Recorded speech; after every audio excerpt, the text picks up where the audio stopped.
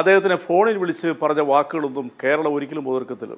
അതൊന്നും ഒരു കമ്മ്യൂണിസ്റ്റുകാരൻ്റെ വാക്കുകളില്ല എന്ന് ഞാൻ ആദ്യം അതിനെ അടിവരയിട്ട് പറയട്ടെ.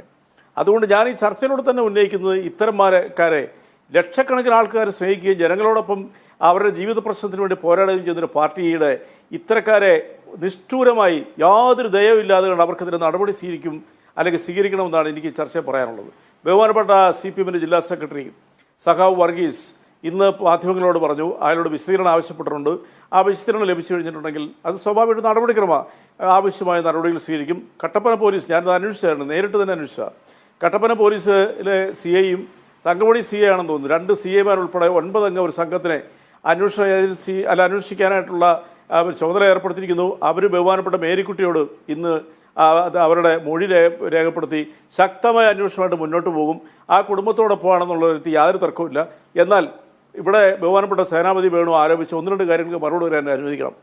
അതായത് കേരളത്തിലെ അദ്ദേഹത്തിൻ്റെ വാക്കുകൾ കേട്ട് കഴിഞ്ഞാൽ തോന്നും കേരളത്തിലെ എല്ലാ കമ്മ്യൂണിസ്റ്റുകാരും നീചന്മാരാണെന്ന് തോന്നും. അങ്ങനെയൊന്നും പറയരുത്. കേരളത്തിൽ ഒറ്റ ഉദാഹരണം പറയാം. നിങ്ങളുടെ കട്ടപ്പനയിലെ ഈ പറയുന്ന സർവീസ് ബാങ്ക്, ഈ സഹകരണ ബാങ്ക് ഭരണം ഇപ്പോൾ 2ാം തവണയാണ് തുടർച്ചയായിട്ട് ഭരണത്തിലേറുന്നത് CPM. അതിനു മുമ്പ് കോൺഗ്രസ്സാണ് ഭരിച്ചിരുന്നത്. ആ പാർട്ടി ഭരിക്കുന്ന കാലത്താണ് അവർ ബാങ്കിൽ പണം ഇട്ടതും ഈ തുടർന്നുള്ള കാര്യങ്ങളും. അത് അന്ന് ആ പണം അവിടെ ഇടുമ്പോൾ അവരൊരു വിശ്വാസം ഉണ്ടായിരുന്നു ആ ബാങ്ക് ചതിക്കുകയില്ലെന്നുള്ളത്. എന്നാൽ 20 കോടി രൂപയുടെ ബാധ്യതയാണ് ആ ബാങ്കിനുള്ളത്. ഈ കോൺഗ്രസിൻ്റെ ഭരണകക്ഷി അല്ലെങ്കിൽ ഭരണസമിതി ബാധ്യതയാക്കിയിട്ടാണ് ഈ ഭരണം CPM കാരണമുണ്ടത് പറയാനായിട്ട്. ഒരു നിമിഷം, റെജിലൂക്കോസ്, 20 കോടി ബാധ്യതയായത് 4 വർഷമായി അവർ ഭരണത്തിലില്ല. അവരുടെ കാലത്താണോ 20 കോടി ബാധ്യതയായത്? അല്ല, അവരുടെ കാലത്ത് ആ ബാധ്യതയായിരുന്നുള്ള മാധ്യമങ്ങൾ തന്നെ പുറത്തു വിട്ടിട്ടുണ്ട്. ഞാനിപ്പോൾ അവിടെ പോയി ചെക്ക് ചെയ്യാനൊന്നും പോയിട്ടില്ല. ഞാൻ കേട്ട വാർത്തകൾ ശരിയാണെന്നുണ്ടെങ്കിൽ അതാണ് അതിൻ്റെ വസ്തുത. അതിപ്പോൾ സേനാപതി വേണമെന്ന് നിഷേധിക്കുന്നതിൽ അതൊന്നും അല്ല. ഈ മരണത്തിന് ഇതുമായിട്ട് ഞാൻ ജസ്റ്റിഫൈ ചെയ്യാൻ ശ്രമിക്കുന്നതല്ല. ഞാൻ പറയാൻ വരുന്ന കാര്യം വേറെ 1-2 കാര്യങ്ങളാണ്.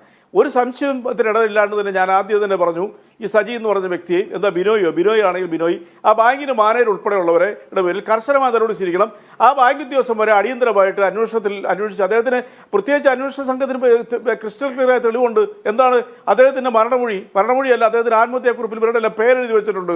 അദ്ദേഹം അനുഭവിച്ച പീഡാനുഭവങ്ങളും മാനസിക സമ്മർദ്ദങ്ങളും അദ്ദേഹത്തിന് കിട്ടിയ ഭീഷണിയും ഒക്കെ കൊണ്ടായിരിക്കും ആ പാവപ്പെട്ട മനുഷ്യൻ 93-90 വയസ്സുള്ള മാതാപിതാക്കളെയും തൻ്റെ ഭാര്യയെയും കുഞ്ഞുങ്ങളെയും അകാലത്തിൽ ഒറ്റപ്പെടുത്തിക്കൊണ്ട് അദ്ദേഹം മരണമടയണമെന്നുണ്ടെങ്കിൽ ആ വേദന ചെറുതായിട്ട് കാണാൻ പറ്റത്തില്ല. അത് ഒരാൾക്ക് പോലും പൊറുക്കാൻ പറ്റുന്നില്ല. പക്ഷേ ഇവിടെ സേനാപതി വേണു CPMന്റെ ഭരണസമിതി എല്ലാം കള്ളന്മാരാണ്, കാട്ടുകള്ളന്മാരാണ്, അവരാണ് ഇതെല്ലാം ചെയ്യണമെന്ന് പറഞ്ഞത് അദ്ദേഹം സുഹൃത്തുകൂടിയാണ്. എല്ലാവരും അങ്ങനെയാണെന്നല്ലേ?